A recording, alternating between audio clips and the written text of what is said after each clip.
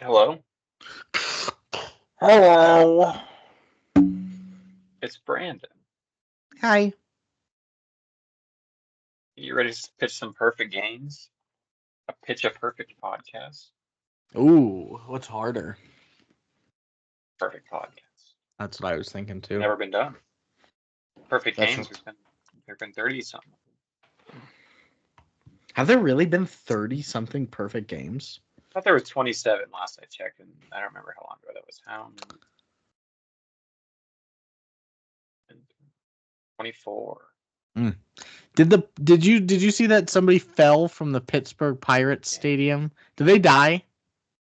I haven't heard yet. Mm. Probably. They probably did. Probably dead. They fell 21 feet. That's like from my roof. That's a long ways to fall. Plus, it's a baseball game. Yeah, you're right. Shit, I didn't think about that. Yeah. That's It's what no surfing competition.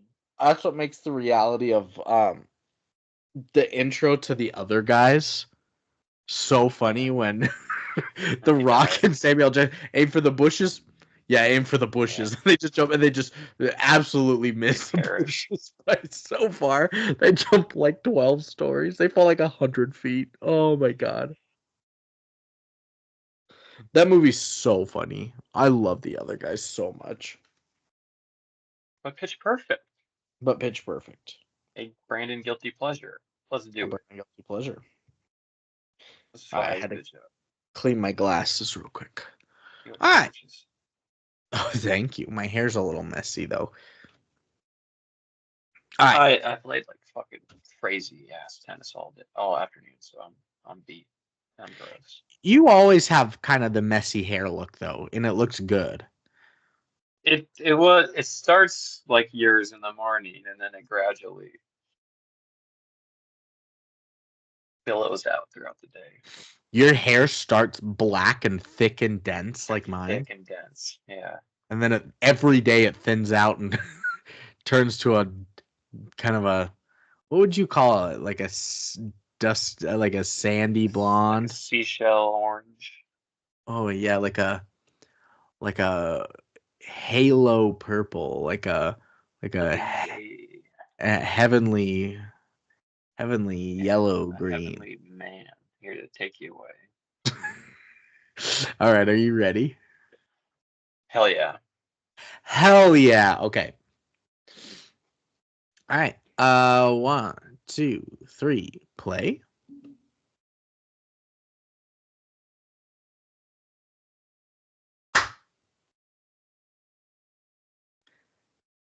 Zoom, zoom, Movie. zoom, zoom, zoom, zoom, Zoom zoom, zoom zoom, zoom, zoom, movie. zoom, zoom, zoom, zoom, zoom, zoom, zoom, zoom, zoom, Scooby zoom. Doo movie.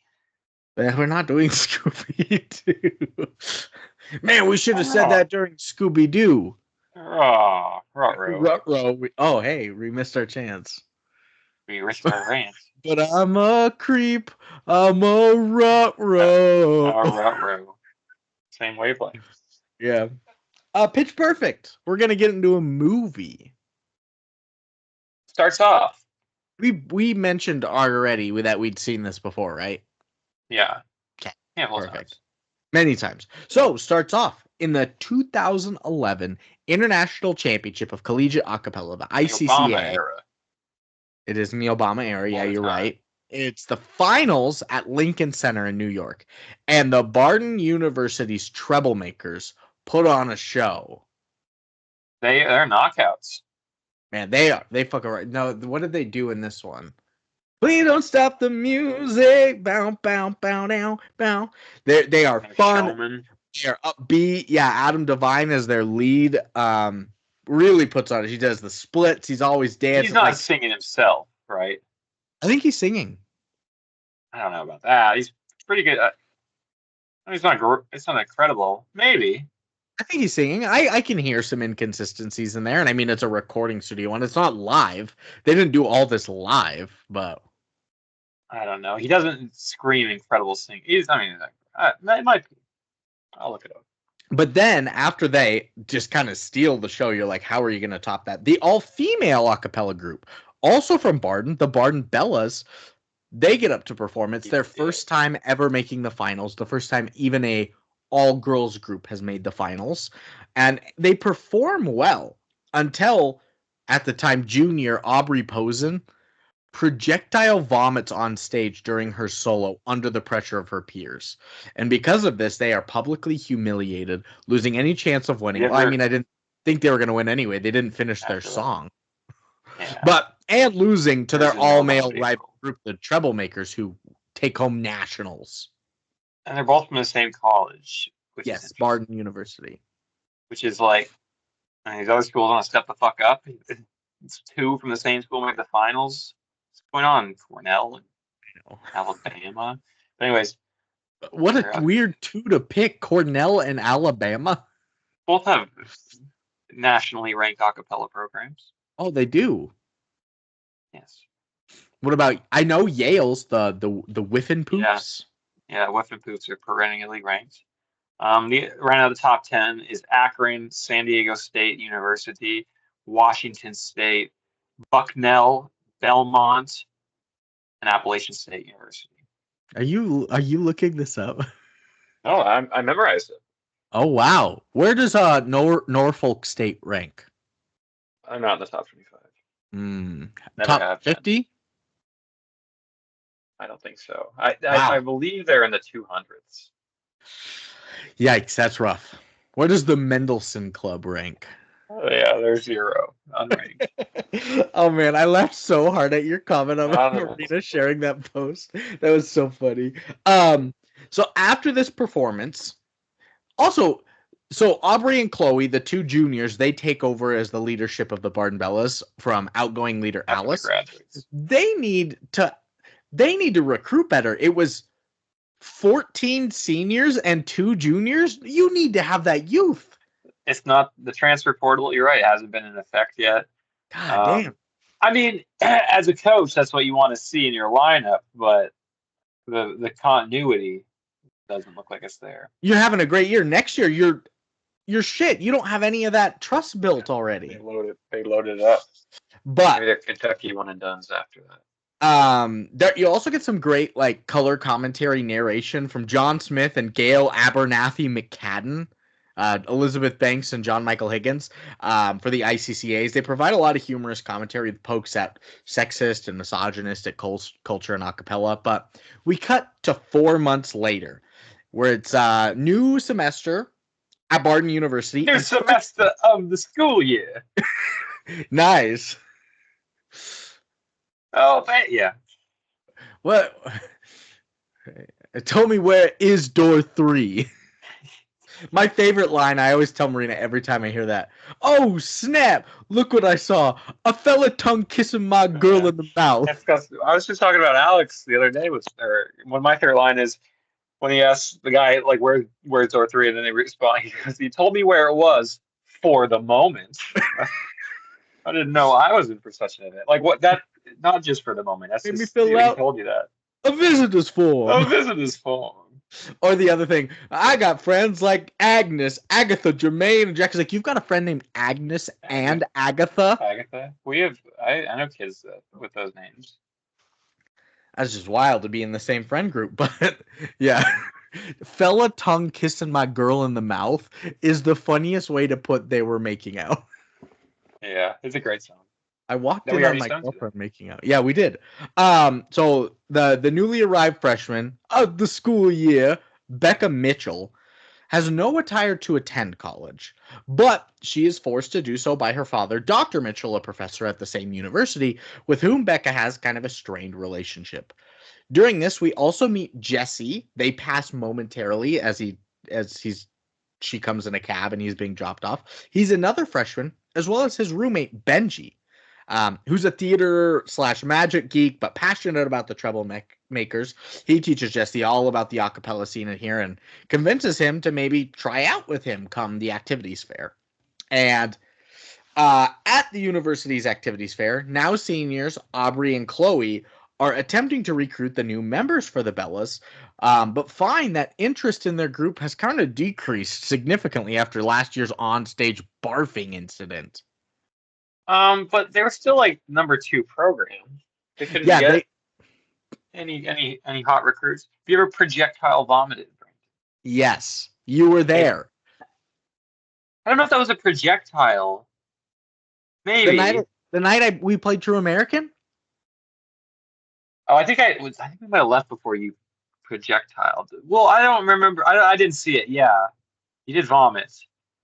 And I had to vacuum the carpet. Because I had projectiled once before in my life, and it is a bizarre phenomenon where it legitimately went like 15 feet in a straight line before curving down. It was I don't know the physics behind that. Mine didn't go 15 feet before curving. Whoa! It's like it was like a pipe like burst, and it was incredible. It was like 15 feet, and then that's like how far my fucking spray was.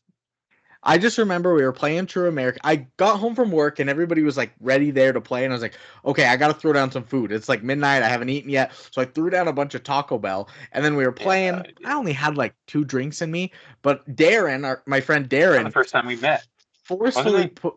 No, not you and I. It was probably like the third. It was pretty early on. But my friend Darren forcefully pushed me off, making me fall in the lava. So I had to chug my beer. So I ran to the kitchen to chug it. And as I finished the beer and I set it down, I was like, oh. It's crazy. It's bizarre. I had to vacuum up ground beef Taco Bell chunks from my carpet. Nice. It was the worst. But anyway, yeah, you're right. They are like a nationally ranked program. They should have some bad recruiting. Yeah. Agreed. And in this, we get to meet Fat Amy. This is Rebel Wilson. She's she embraces it. She does. She said she calls herself that personally. Kid in our school calls himself Big Boy. Big Boy grilling on the roof. Big Boy. Nice. And she's got this over the top energy. She doesn't fit the mold of a Bella. They want bikini body readies. They want to match pitch perfectly. You know, they want them all to be tip top shape. But she's interested and she can sing. So why not? And then Becca is invited to join at the activities fair too, but declines and claims she can't sing. And so wishing she could instead pursue a career as a music producer in Los Angeles, she spends her time making mashup mixes of songs. She takes up an internship at the school radio station where she gets to know fellow freshman Jesse Swanson, who she saw earlier. They're a little too cool almost. What's to Becca? Yeah. And see, I bet some people see her and she's like, oh, she's some fake grungy dart. I think she's kind of cool. He's too cool. Yeah. I also think Jesse's kind of cool. He's pretty cool. He's fun, upbeat, loves movies, singing. He sounds like me. Loud, loves movies and singing. He's a ditz. He's a blonde. He got tight butthole. He's not a blonde. I mean, he's an emotional, you know what I mean? He's a distant blonde. Yeah. And when Becca's... Oh, he's such a dirty whore. Did you get the go-go dancers for prom that the students could rent or free from the cages for purchase? And then I had another idea where students could pay $15 to donate to some cause. To like throw another student of theirs into jail for the night, and then they would have to pay $15 then to get themselves out of jail. We would have made so much money. Big fundraiser, yeah. Everybody's in jail at the end. And broke. Jail and broke. So when Becca's father discovers that she's not been attending classes, her intro to literary, whatever, he comes to her with a proposition. If she goes to her classes and she just at least tries a club and still does not want to remain at college after 1 year, he will allow her to leave college and he will pay for Becca to move to LA to pursue her music career. And she's like, 1 year? Easy. Give it to me. Yeah, easy money. I'm not going to enjoy this anyway. Give me 1 year and I get to go to LA and make them beats. Be DJ Becca Bonesucker. Becca Bonesucker, yeah. And so later she goes to shower, right? And Becca, she's going into the shower. She's singing Titanium by Sia. She gets naked. When in the shower, Adjacent, Chloe from the Bellas hears her singing and interrupts her shower, both naked, and won't let Becca go until she sings for her and agrees to come to the auditions. That's what we're talking about, recruiting. That's the fire you need. Titty on titty action, yeah. Yeah, Brandon. Of course, titty on titty guerrilla action. warfare too. Don't let them go until. Don't let them go. Yeah, 100-man versus a gorilla. I was just about to ask. I didn't even mean to bring that up, but that's going nuts right now. What do you think? 100 men or a gorilla? 100 men is. I think so too. I think it's pretty obvious. Yeah. Some people are even being like 100 MMA fighters couldn't take it. Yes, 100 MMA fighters could. I think 100 teenagers could. 100 of them probably, but yeah, that's probably a lot of people. I have a class of 30 kids. If I had like a machete, I could make it out of there. I don't know. My biggest class is 18, maybe. Just sheer numbers. I mean, yes, you will lose some humans. Did you see the other one that's not going quite as viral? Is do you think the fastest rock climber in the world could beat a mountain goat up a wall without any restraints? Yeah. I don't think so. Yeah, I think a mountain goat would clearly win. If you've ever seen photos of them hanging on by like the corner of a hoof, they don't give a fuck. Yeah. Which is crazy. How do they grip with a hoof? I don't. They don't give a fuck. I bet there's just hundreds of thousands of mountain goat corpses. Yeah, mountain corpse goat. That's a good name for a band. Better name than Seth's stupid band, the Mountain Goats. I was gonna say, don't tell Seth about mountain goats' corpses. Mountain corpse goat. So, yeah, guerrilla tactics and recruiting. Also, weird that the showers weren't like their own thing. Like they're just all of them are connected via a curtain in the middle, so anybody could just open the curtain and come in on someone else's shower while they're in the shower. Not like outside, but also from outside. I feel like I've been in a shower like that before. Wild. But anyway, after some persuasion, persuasion, Chloe, the co-leader of the Bellas, along with Aubrey, she reluctantly auditions for the Bellas.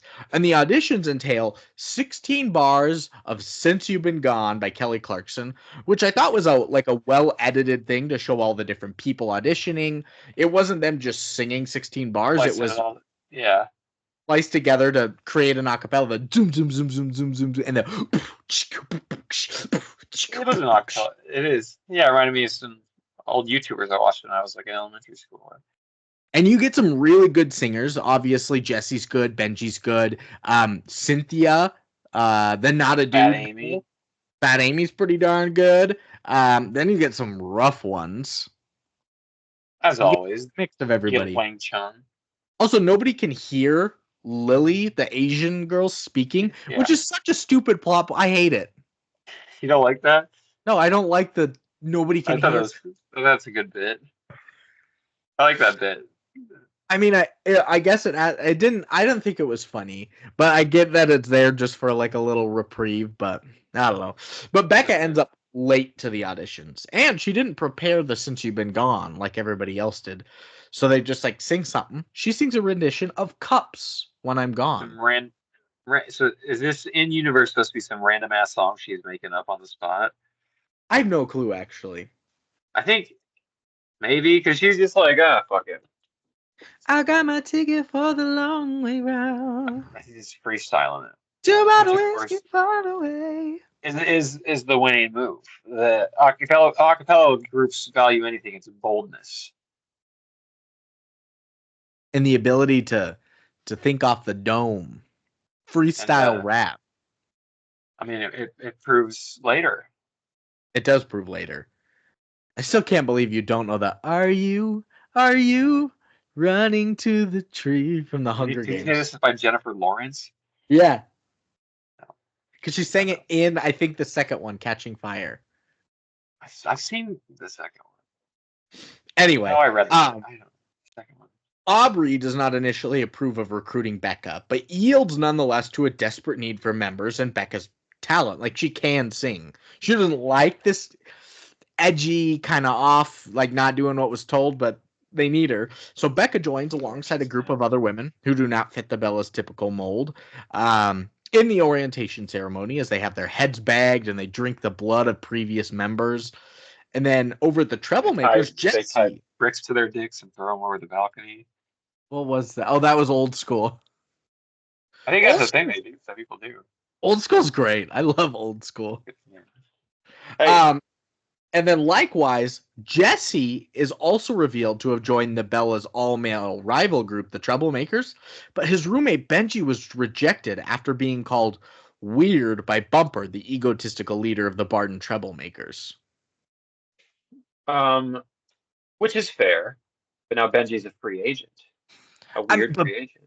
When at the end of Since You've Been Gone, when Benji's again, and I was like, oh, that's so good. I mean, it's Ben Platt. He's a Broadway star. Like, he is fantastic. Oh yeah, he is fantastic. He was the lead in Dear Evan Hansen when it won like 12 Tonys that year. I need to get more into theater. We're doing August Osage County as a play with some of my sophomores. I watched the film. I've heard the play is phenomenal. They love it so far because they get to be kids get to fucking say you fucker motherfucker fast child's ass you prick and then pop a pill. They like it. Yeah, they love popping pills. Well, Jesse and Becca end up at a mixer together. The people that made it in, the inductees, they're drinking, they're mingling, but cross-group relationships is prohibited by the Bellas. Well, La Montague Capulet action. Oh, yeah, little fucker and shitface action. Yeah, fucker. Which could spill trouble later. You know, they can't be together. Is that going to get her kicked out of the Bellas? And poor Benji, so sad, is all alone in his dorm room, crying and singing and overhearing the party, just pulling the magic thing, like the endless hanky from his sleeve. So the next day or the next week, whenever they meet for the first time to go over the set list for the Bellas, Aubrey takes control and immediately kicks out 2 members for sleeping with a troublemaker. Against the rules. They knew the rules, Brandon. And then almost BYU. It is like BYU. And then almost pukes again as her tempers flare, which makes the group learn about last year's incident. Apparently, they didn't know that she's a vomiter and did this at Nationals last year. Well, that's crazy. How would they not known? I like when they're watching the videos, and then after that video ends, it's about to autoplay another one. One of the girls is like, click on guy pukes on baby. Poor baby. Yeah, poor baby.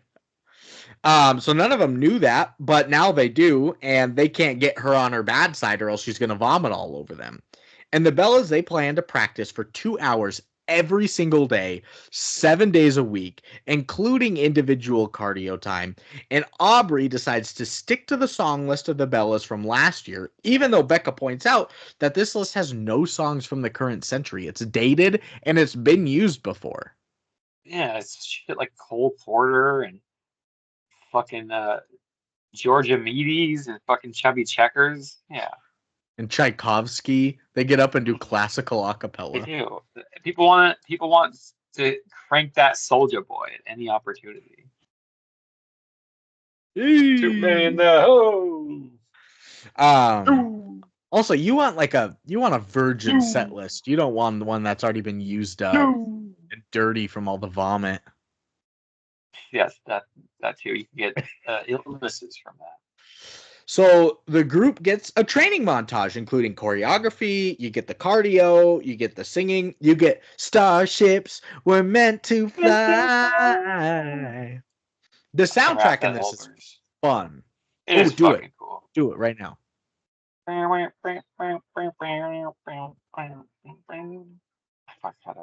one.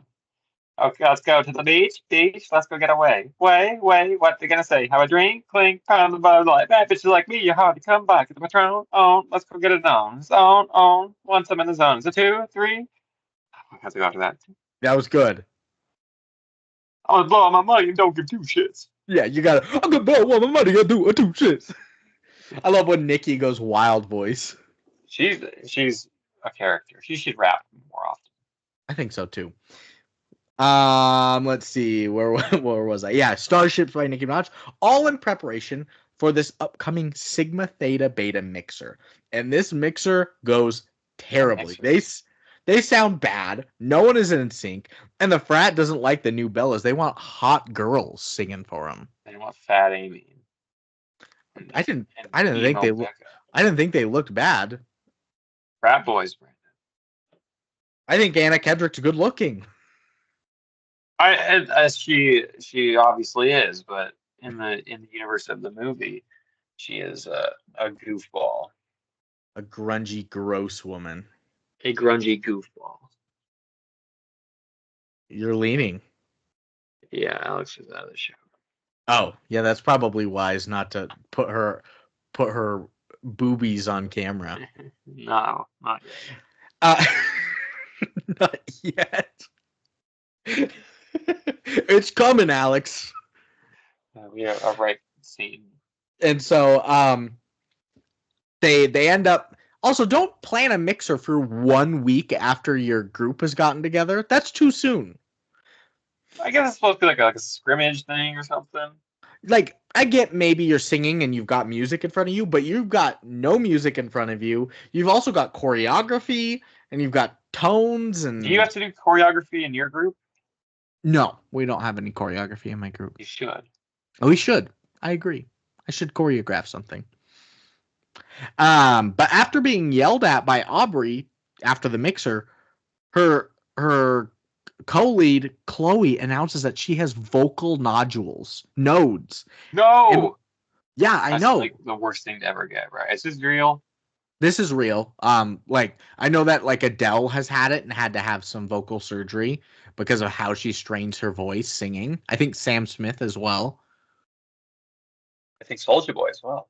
Oh shit, not Soulja Boy. That's why he hasn't put out a song in a while. Yeah, he really goes out. He really thinks that. And so she might have to undergo some corrective surgery to have any chance of a career in singing down the line. And now you get Jesse and Beck again. They continue to connect inside the radio station at their internship, as well as like on the quad. They're discussing college kids have a fucking lot to do. Yeah, they're discussing movies. They're drinking juice boxes. Jesse wants to score movies, which I think would be an awesome job. Oh, incredible. Yeah. That'd be cool. But also scoring. Also, the idea of scoring movies basically means you're like, imagine being so good that you're a symphony composer. You know how much music knowledge you have to compose something? The film composers are like the preeminent like classical music composers working today.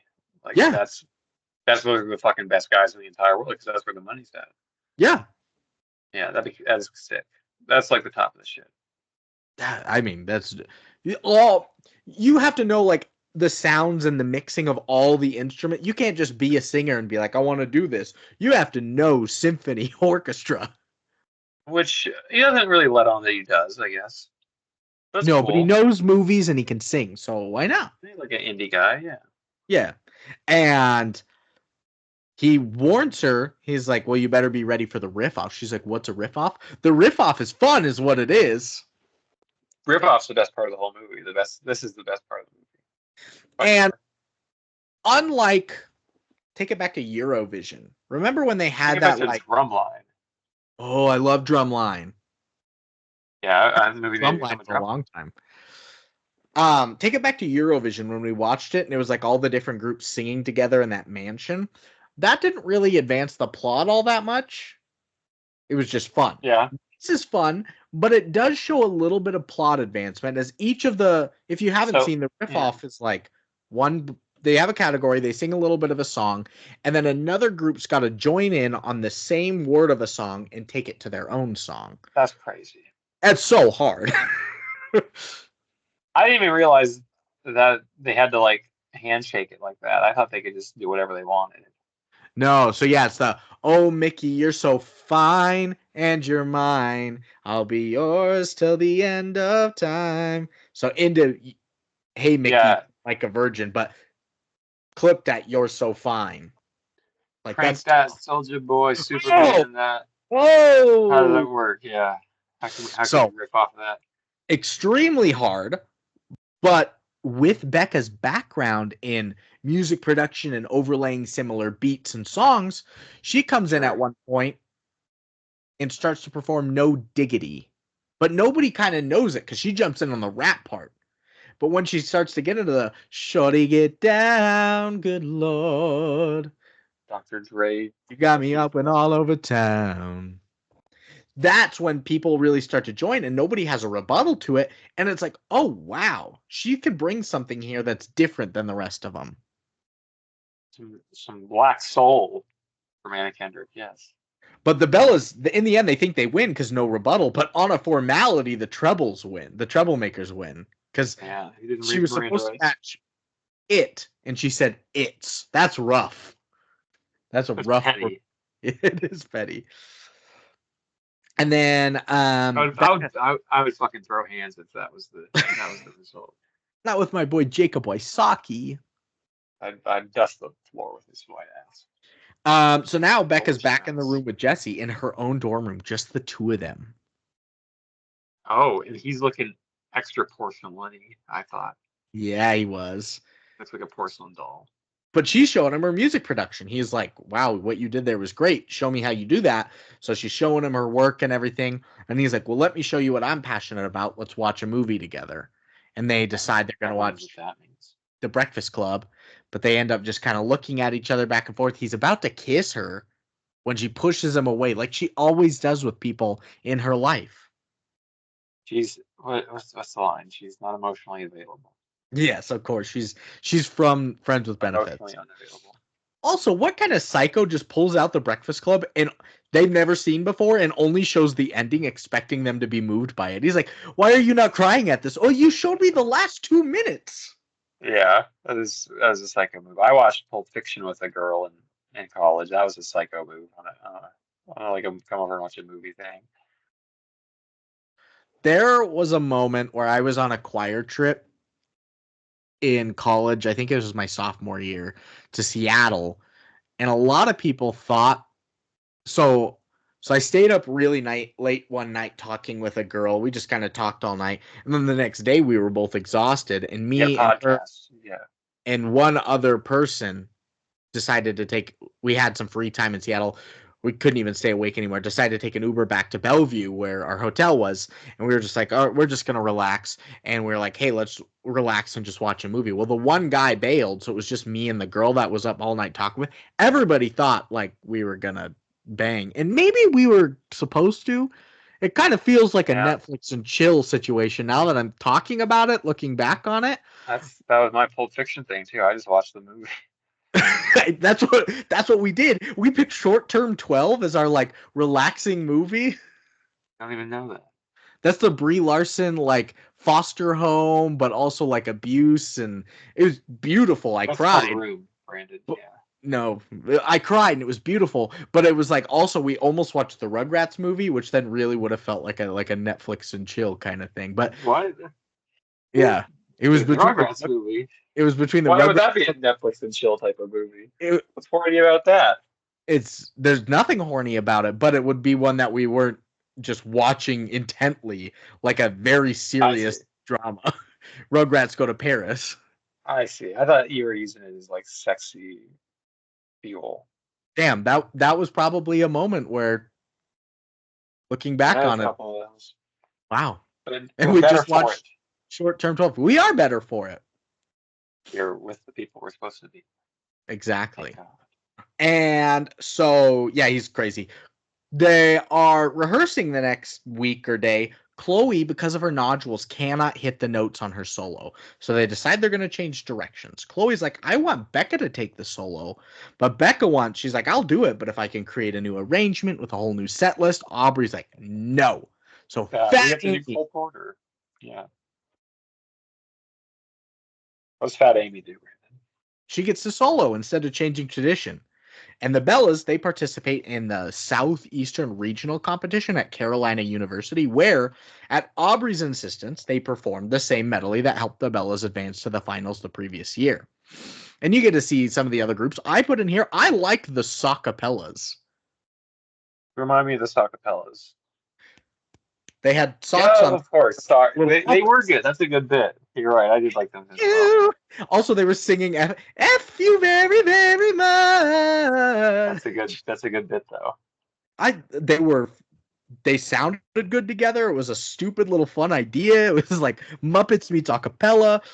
The trebles also good. Bring it way more than the bellas and the acapellas do. They do right round. They're doing a little bit of rap. They're killing it. It's modern. It's it's updated.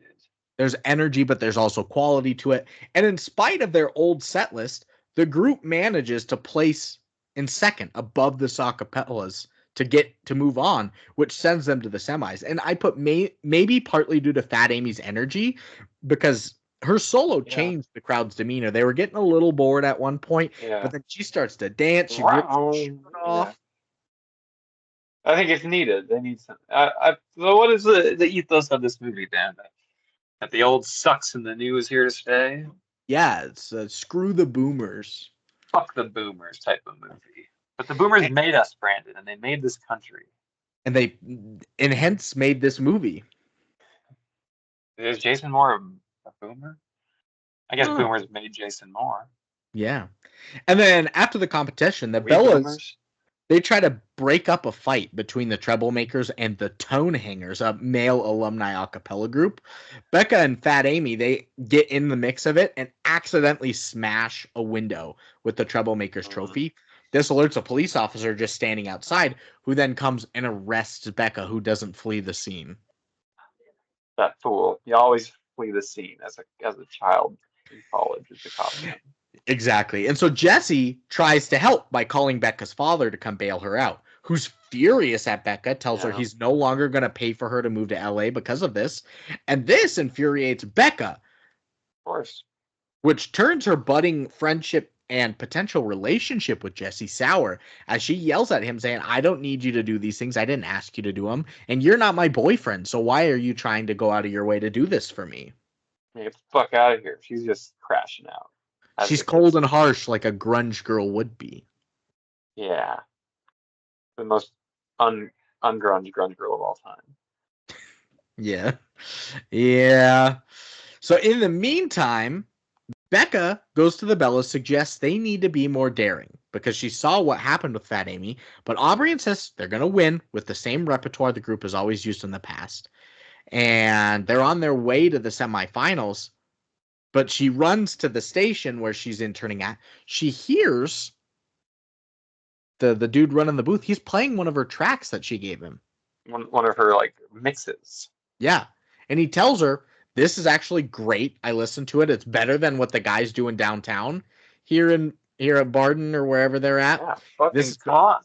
This is better than that. I want to give you a spring break gig where you get to be in the booth and play your music of your choice. So that gives her this great little added confidence.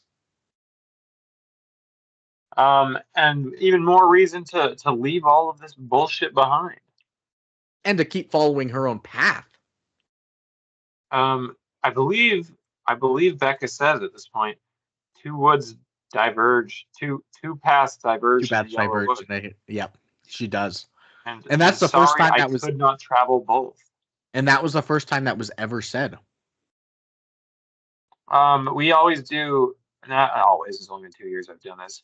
Of March Madness poetry, and the kids have to pick some of the best poems of all time, and they vote on them as we go through them and analyze them. And every class always picks this poem called "The Highwayman," which they fucking go nuts for. Except for one class that picked this one called "On the Ning Nang Nong," just to piss off a kid who didn't like it. Yikes! And Robert Frost didn't win it. Shit. I've told you about in high school, my government teacher did the May Madness, right? Where she made us pick like somebody that we thought was like an upstanding citizen, that like a celebrity, and then pit them against each other based on their good and bads. And I went to the finals with mine, and now looking back, I'm like, that was not a good choice anymore. Yeah. No, I did Ellen in 2014. She had not a bad light shown upon her at all, and nowadays like Well, that's just more power to your argumentative powers. Somebody else picked somebody that now looking back on it, you're like, shit. It was Elon Musk. At the time, it was like, we're trying to do electric energy and he's giving back. And now it's like, that villain. Nazi fascist. Yeah. Margaret Thatcher won it all. Wally? Oh. It was Margaret Thatcher versus that dude from that movie Unbroken, the war hero that was a prisoner of war in Japan or something, that was a fighter pilot. Fucking sucks. I saw the trailers and thought it looked amazing, and I never went around to watching it, and I heard it wasn't that good. Not as bad as Hacksaw Ridge, which is a ghoulish fucking turd of a movie, but it's no good. You know, a movie I didn't like that got a lot of praise? Race, the Jesse Owens one. I never saw Race. That seems a little on the nose. Yeah, I didn't like it. So anyway, Hacksaw Ridge. I mean, we talked about this. Is like I am baffled that anyone sees anything positive out of that movie. Genuinely, how much stink is in that. I told my pharmacy manager about this. His son was watching it, and he came in and like saw the last half of it or something with him, and I was like, my co-host fucking hates this movie. And people, I don't know why. It's Mel Gibson movie too. Like, why are people fucking going to bat for that guy on this piece of shit movie? I kind of like Mel Gibson. Hacksaw Ridge is repugnant. Some of the worst, probably one of the worst acting performances I've ever seen. Have you seen the trailers for the new war movie Warfare? It's out, I think. Yeah. Watch the trailer. It looked harrowing. Yeah. I was like, this looks so real. Like, this was, oh my goodness. Made by a vet, yeah. And then Jordan Peele's new movie, Him, coming out. I've not heard about that. So it's a football one. And it's a football movie. It's a horror football movie where like a guy wants to be the guy on the field, and it's like, how far will he go to be the guy? And it's just like him getting concussion after concussion and seeing evil. Like it becomes like a horror film with the concussions and the brain injuries and all that. I was like, this is like a couple weeks ago. I'll send you the trailer after we're done. It looks so good. That is going to be incredible. It's going to be my favorite movie of all time, probably. Jordan Peele's an innovator. But anyway, the semis.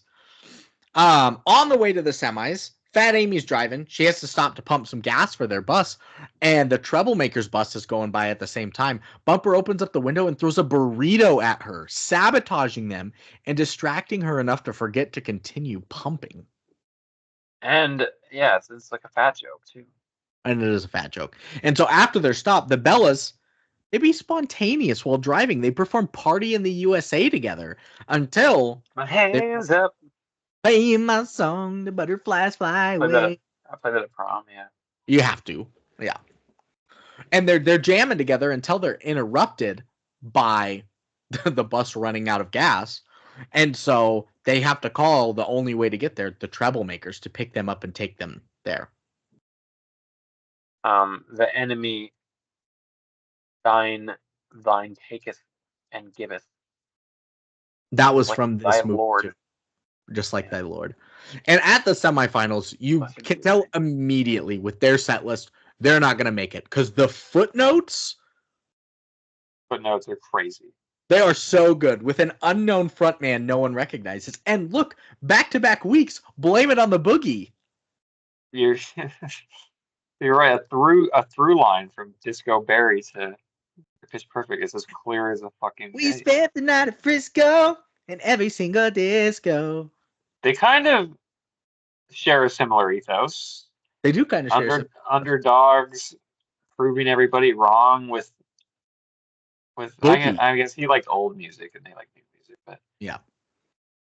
And they're married in my head canon. Barry and Anna Kendrick. Barry and Becca. The bees. Imagine the music those two could make. And that would be amazing. Yeah. They both got such heart. Oh yeah, that worm sex. Oh yeah. Yeah. But the footnotes are so good, like beyond good. You're like, yeah, they're fucked. And Becca, so they get up on there, They start to perform their same song. Everybody starts to yawn. So she provides an impromptu backup for one of her favorite songs. This time, baby, I'll be... LaRue. No, bulletproof. It's bulletproof. That's LaRue. No, that's by LaRue. By LaRue, bulletproof. I thought you were just saying some random... LaRue. No, the band's called LaRue, yeah. By LaRue. Yeah, you're right.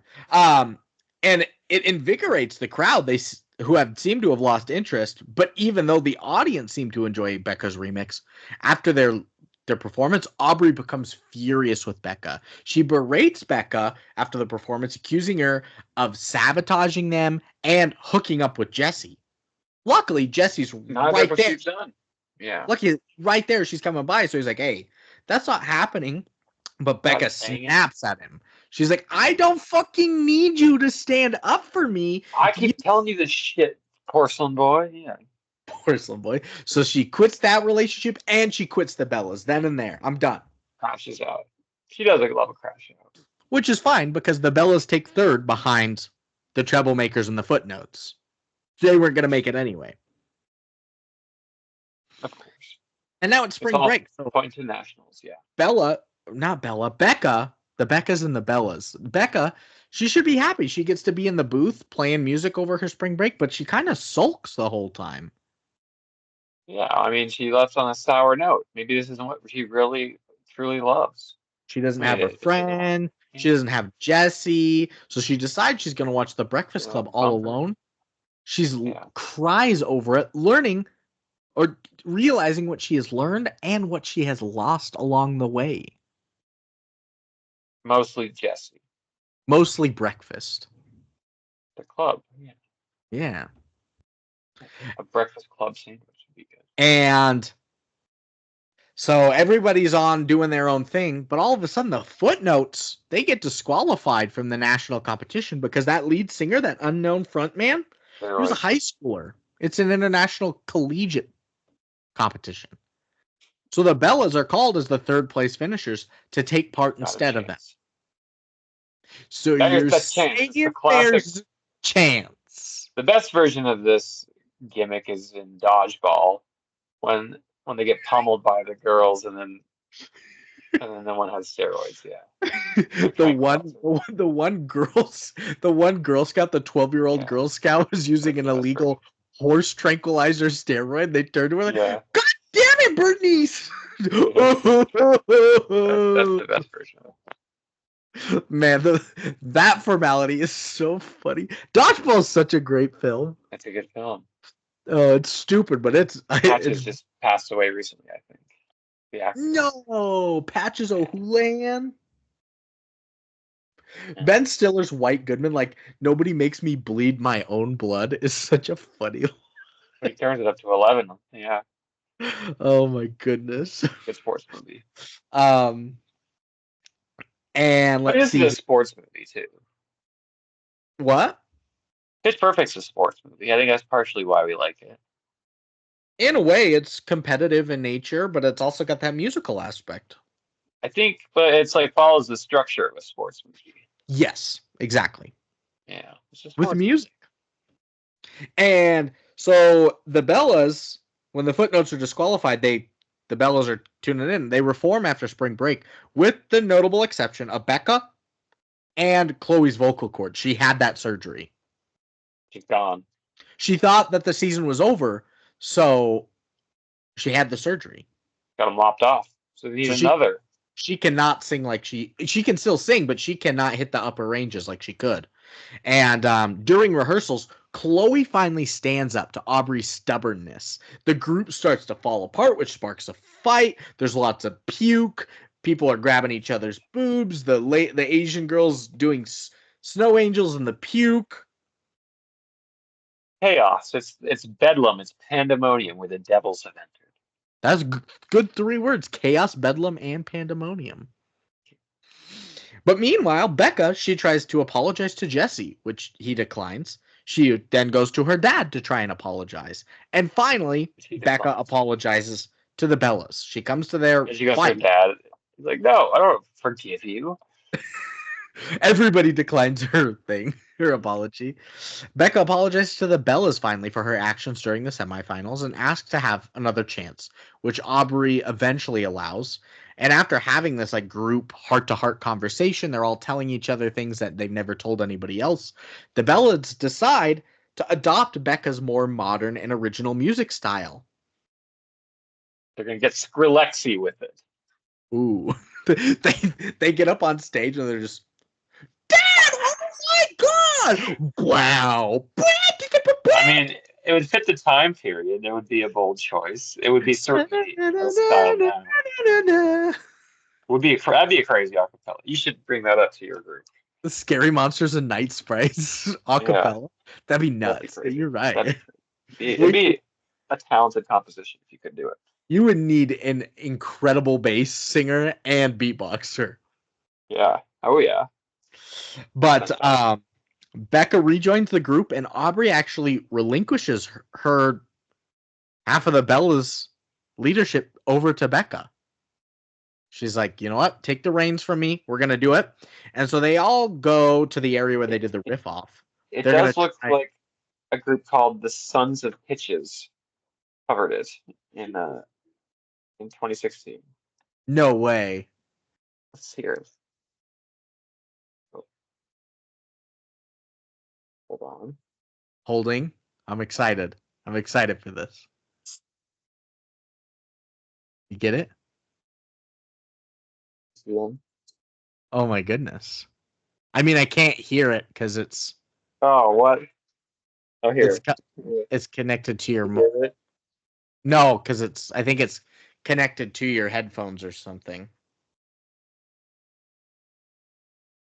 Nope, I can't hear anything. Your recording will probably pick it up, but I can't.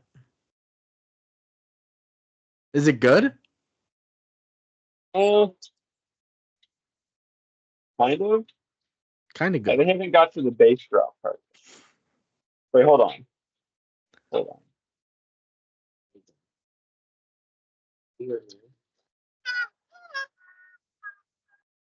Oh, I can hear it a little bit. You hear it, Brandon? Just a little bit.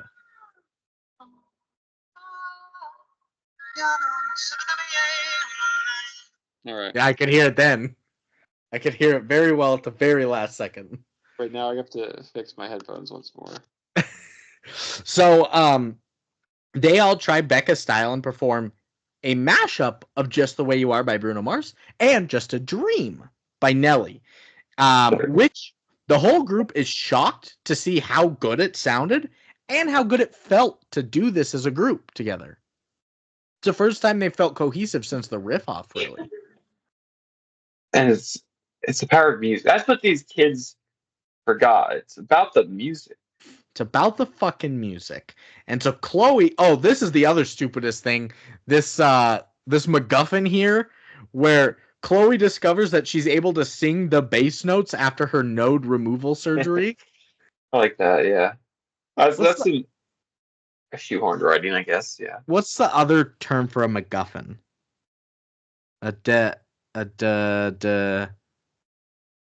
Fuck.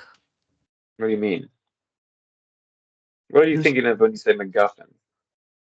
Thinking of like a Chekhov's gun situation? Yeah, like a Chekhov's gun. No, it's like a plot point in there that's used just specifically to like advance. It's like not necessary, but advances it. It's like a David's bridle. It's a God. Why can't I remember the term? A denouement. Mise en scène. No, when something comes at a specific time, a divine intervention. Yeah. Deus Ex Machina? That's what you're thinking of. That's what I'm thinking of. Thank you. Yeah, I was like, what the fuck? But there we go. That's also a MacGuffin, is what that is. Yeah. Sex Machina or a divine intervention, all that stuff. It's so unrealistic that you could just bah. But it's there. The plot, though. To help them, yes. And so, meanwhile, while all that happens, group leader Bumper leaves the Treblemakers. He's offered a job as a backup singer on John Mayer's new album. And so with Bumper gone, they need someone to fill that spot. So Jesse persuades the trebles to let his previously rejected roommate Benji join the group in Bumper's place as long as he's not weird. If he cools down the weird, he's in. The magic tricks, yeah. Yeah. He can do it. And so at the acapella national championships, the Treblemakers kick ass with a combination of bright lights and B.O.B.'s magic while rapping. Good acapella song. The choreography of doing the instruments and unleashing Benji in a solo opportunity with "I've got the magic." I mean, it's perfect. It fits his personality. It was a little hammy. It's beautiful. I cry a little bit, I must say. What? When he gets to do his solo, I cry a little bit. Yes, it's a little hammy. I love it. It's a little operatic. I got the magic. Yeah. It's good, though. It's super good. And they tear the house down.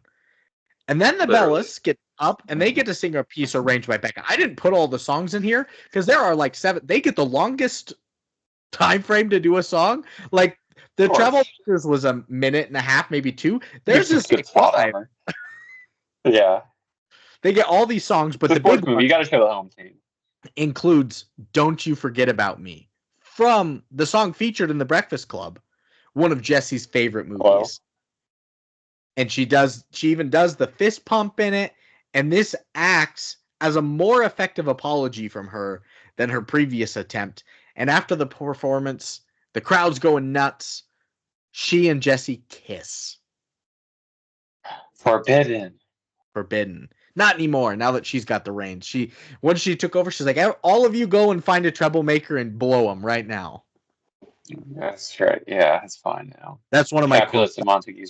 I spent it already, and so after that performance and after that kiss, you flash forward to the next semester.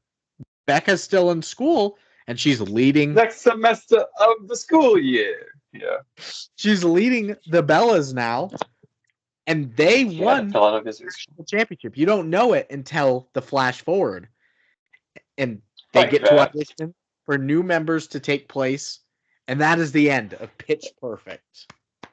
A great sequel setup too, yes. Yes, of course. Because they're like, all right, your audition song is gonna be cut. It's a good little cliffhanger. A MacGuffin. A Chekhov's ending. And so that's going to end the movie. We got to get into some quotes. Ladies. I've got the quotes in me.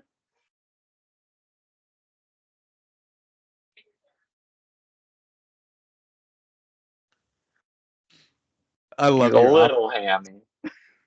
I've got the quotes in me. Please tell me you didn't take quotes, because I have so many. Well, you're in for a happy response, as I have continued my strike. How many quotes do you have? 15? 19. 19, I win. Yeah, you do win. I basically... a couple of them. Like I said, I knew this whole movie. I've seen it so many times that I just basically took everything from IMDb, but then I found 4 more. So let's do them. Aubrey at the activities fair, she finds Fat Amy. She goes, "You call yourself Fat Amy?" And Fat Amy goes, "Yeah. So twig bitches like you don't do it behind my back." I was like, hell yeah. A little fat shaming, but she empowers it.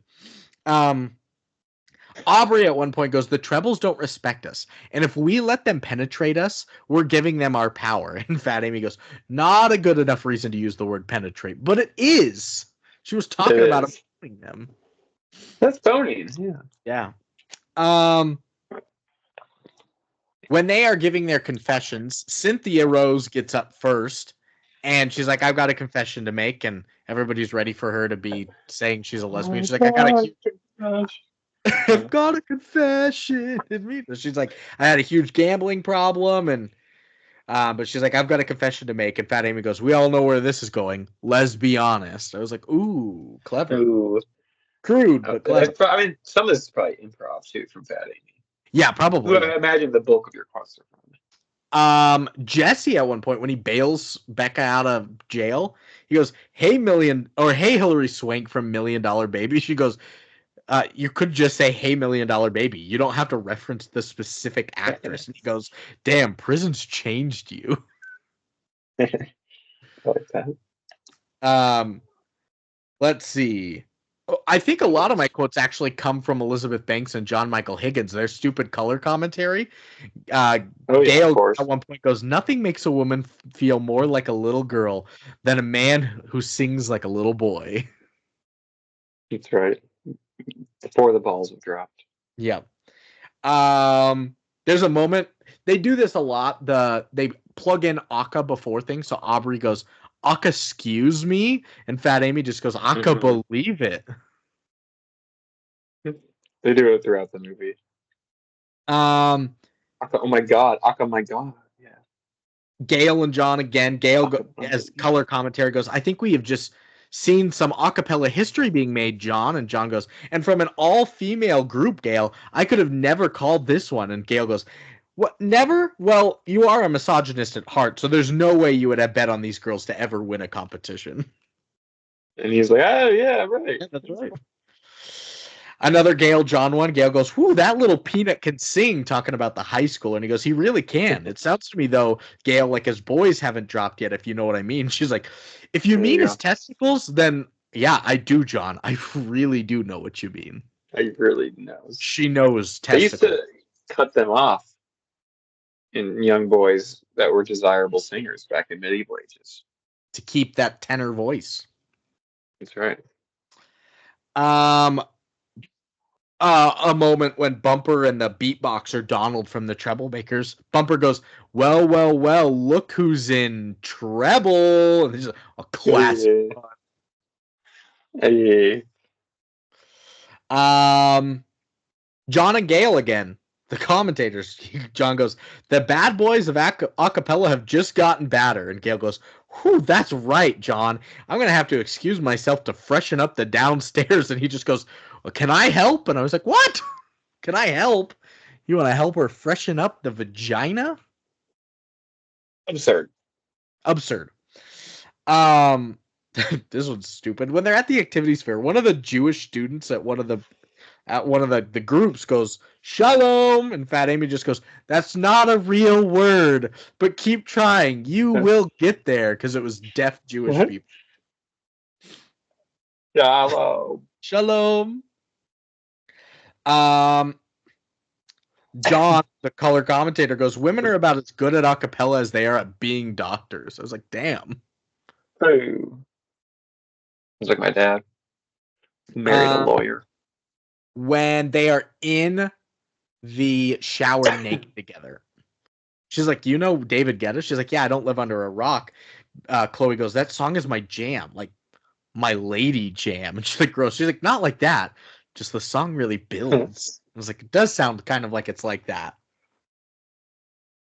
I do hate David Guetta's music too.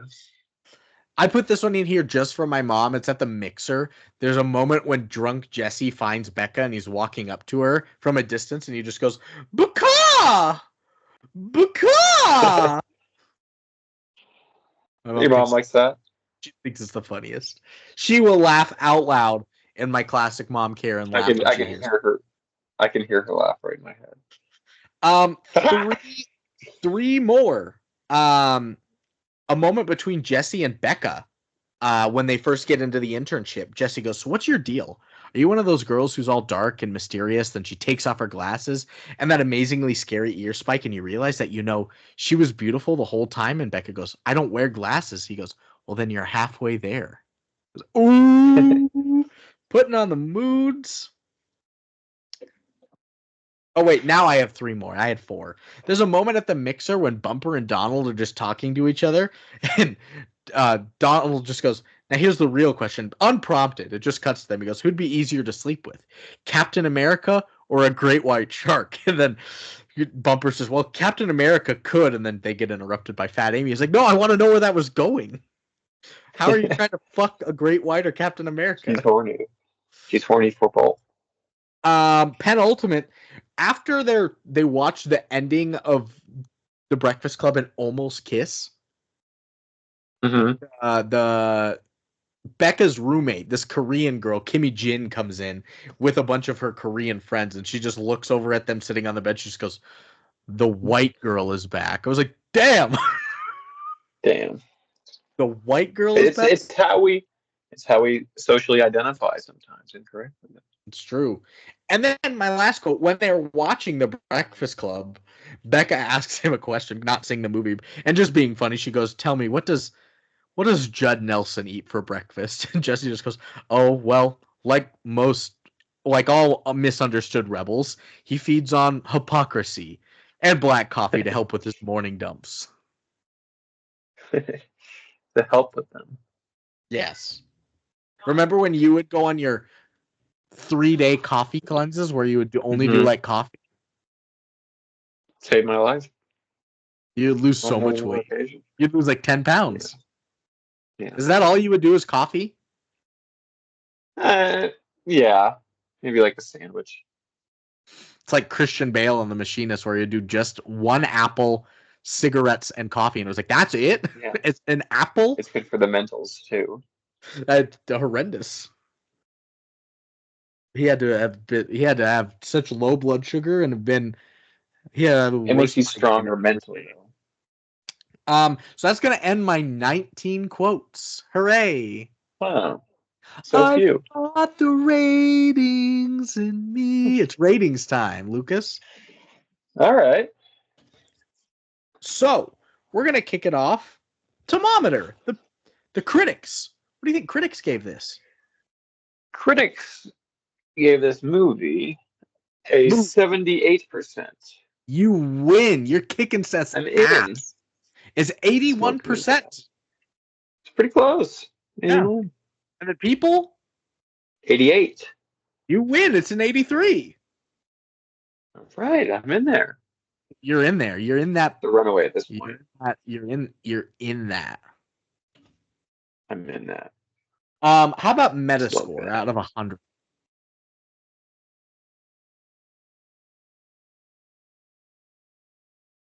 $75. Oh, Seth wins. You're 9 off. No. It's a 66. Oh, I thought I was trying to split the difference. All right. And how about the people? I'm still gonna win though. The people out of 10. 6.6. You win. It's a 7.1. And before we get into our ratings, the 7.1 lands it at the 169th worst movie we'll have ever done. Or what best movie? Including the movies that we are currently have on our season that we haven't done yet as well. It's like the 30th best movie we've done. 35th. Wow. Esteemed company. Movies just worse than this include It's Kind of a Funny Story. It was. You're the Millers. Napoleon Dynamite. Perfect. Martyrs. Worst. And Jurassic World. Top Gun. And Frank. Jurassic World's rated higher than Top Gun. And Frank, yeah. And Frank. Yeah, and Frank. And Frank. The Anne Frank gift shop. We're bringing it all back.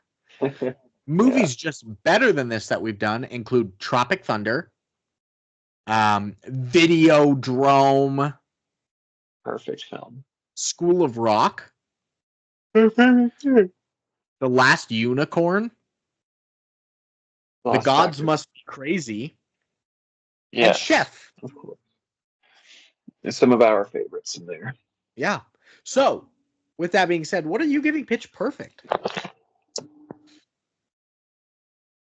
Pitch Perfect, to me, is the epitome of what a 7.7 movie feels like. Fun, hoppy, enjoyable, good acting. I love a good sports movie.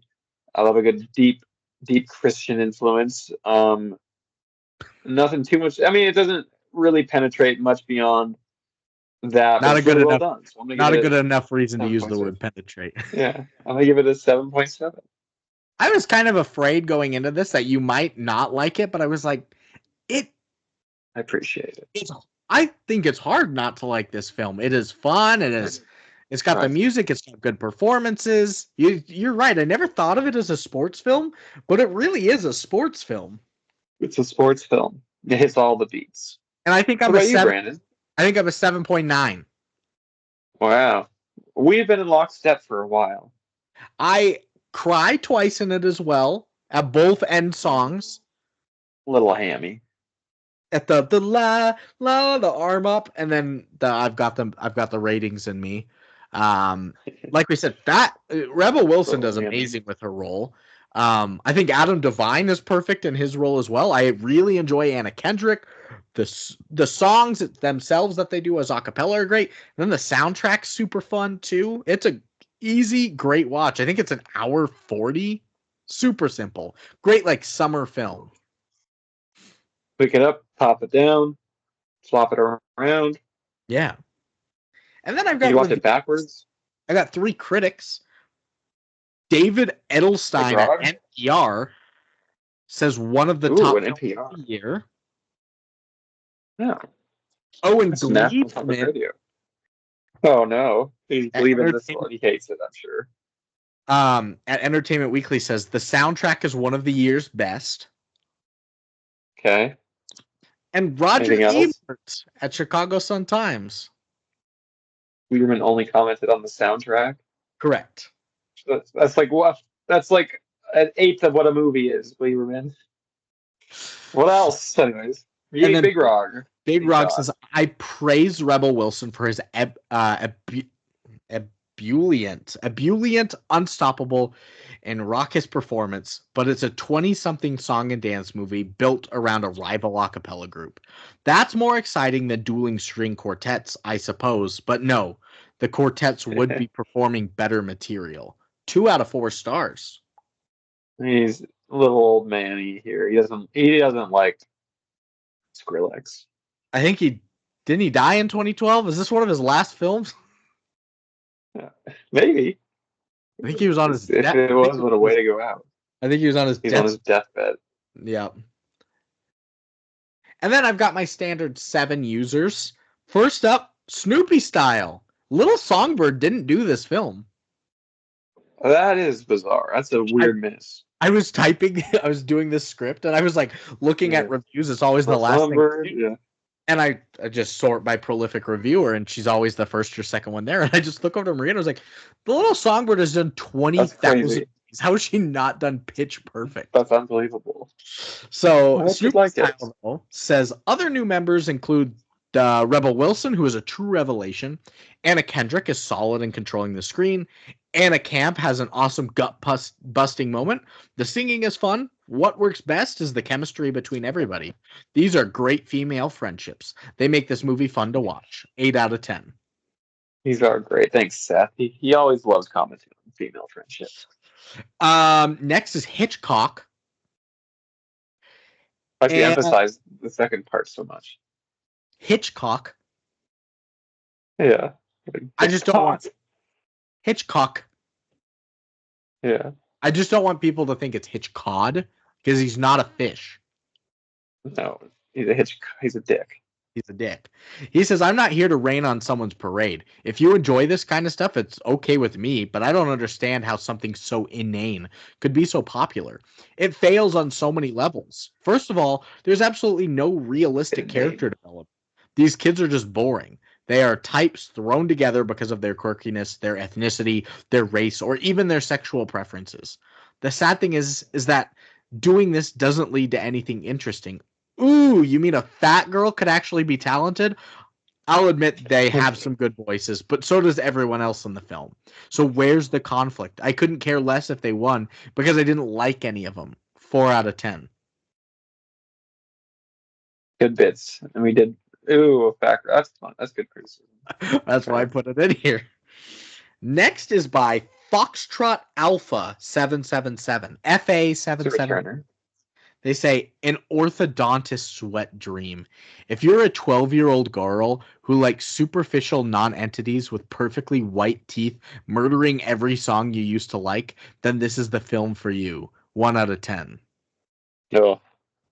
A blistering takedown. You really paid attention to the teeth. I wonder what they think about other films and their teeth. And their teeth. Next up is by returner Mr. Fusion. You said this guy is banned the last time I did him. Oh no. Oh no. He says, I would have enjoyed Pitch Perfect a lot more if I were into acapella. So for most of the movie's runtime, it was fundamentally not my thing. But the similarities to Glee, and I'm obviously not the first one to draw this comparison, are unavoidable. 6 out of 10. He's a dumbass. That's a bad review. Get him banned. You're banned. Banned. Well, obviously, most of the film were about acapella. What'd you think? Yeah, that's most movies are about things. That's what you gotta give the movie a shot to talk to you about those things. Next up is by returner Evanston Dad. And they say, Pitch Perfect may not be the kind of movie that will change anyone's life, but it did push me a little bit further into falling in love with Anna Kendrick. 7 out of 10. Oh, creepy. Bad dog. Sit down. He's a dad that loves Anna Kendrick. Look at your tiny little apple juice. This is straight Everclear. And you just chugged all of it? Yeah. Damn. Man. My penultimate review today is by a newcomer, Quali-13962. Yeah, it's a returner. No, they said, even having a sense of humor can't save this mess, because having a sense of humor means you laugh at funny things. The only funny thing in this movie is seeing Rebel Wilson get hit with a burrito. I only wish someone had shoved it deep in her mouth before she started singing, or whatever she calls that caterwauling sound she was making.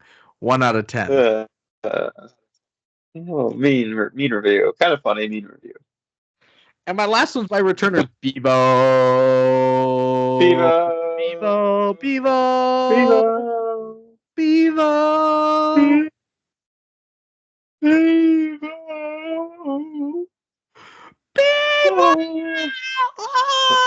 And Bevo says, pretty decent musical considering it was obviously low budget. They couldn't even afford musical instruments. 10 out of 10.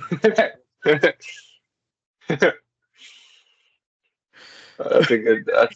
an A+ review. Bevo's so fucking funny.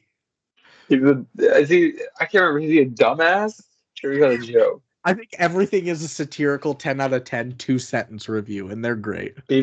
That's A+. I also miss, because I haven't found anything from him in 2 years. Every movie's a 10. I miss that guy. Yeah, I do miss that guy. Like, I hate this, but fucking I gotta do it. Terrible storyline, but every movie's a 10. Do it. Bevo rocks too. So that's going to end it this week. Are you recommending Pitch Perfect? Yeah, I'll recommend Pitch Perfect. How about you, Brandon? Yeah, I'll recommend Pitch Perfect. It's fun and easy and fun and easy. I like the... I won't say it. What the fuck? I really want to know what you're going to say now. I'm going to say it. So, what's on deck for next week? On deck, pitching it up, not another song-based movie, but it's my birthday choice. It's a worm movie. I foregoed my birthday choice last year to do basketball month for us. So technically we did Joanna Man for my birthday, which sucks. Yeah, but every episode's your birthday episode. Kind of. But this one I'm picking not for the foundation and the season and all that stuff that I try and pick it in. I just picked this for me. It's a kind of indie self-indulgent indie improv comedy film based on a script done and directed by a stand-up comedic. It's called Don't Think Twice. Check it out. It's lovely. I'll be joining you, so I have to check it out. That's the rules. And I'm gonna try and convince Seth, because he loves this film as well, if I can try and get him on. And if not, we'll maybe rope Devin in if he's available. Fuck yeah. Happy birthday. Thank you. It's coming up. I'm gonna be 80. Be 80. I'm gonna be 80. It's 80 gonna be for Brady. 80 for Brady. What a dumb idea for a Shit movie. on your birthday movie. Yeah. Oh, what a dumb idea. So that's gonna end it It's this like week. $400 million. Thank you for tuning in. Smash that subscribe button and hit that like button. And we will see you next week. Kadoosh.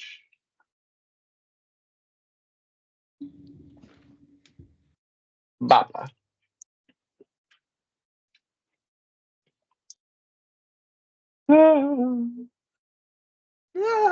Pitch Perfect 2 is fun too. Pitch Perfect 2 is fun, but a lot worse. And then Pitch A Perfect lot worse. 3 is much less fun and way And worse. better. No. Pitch Perfect 3 is not very good. I'm going to send you that trailer for him. Hell yeah. Okay. I didn't even care about that. It's fucked up.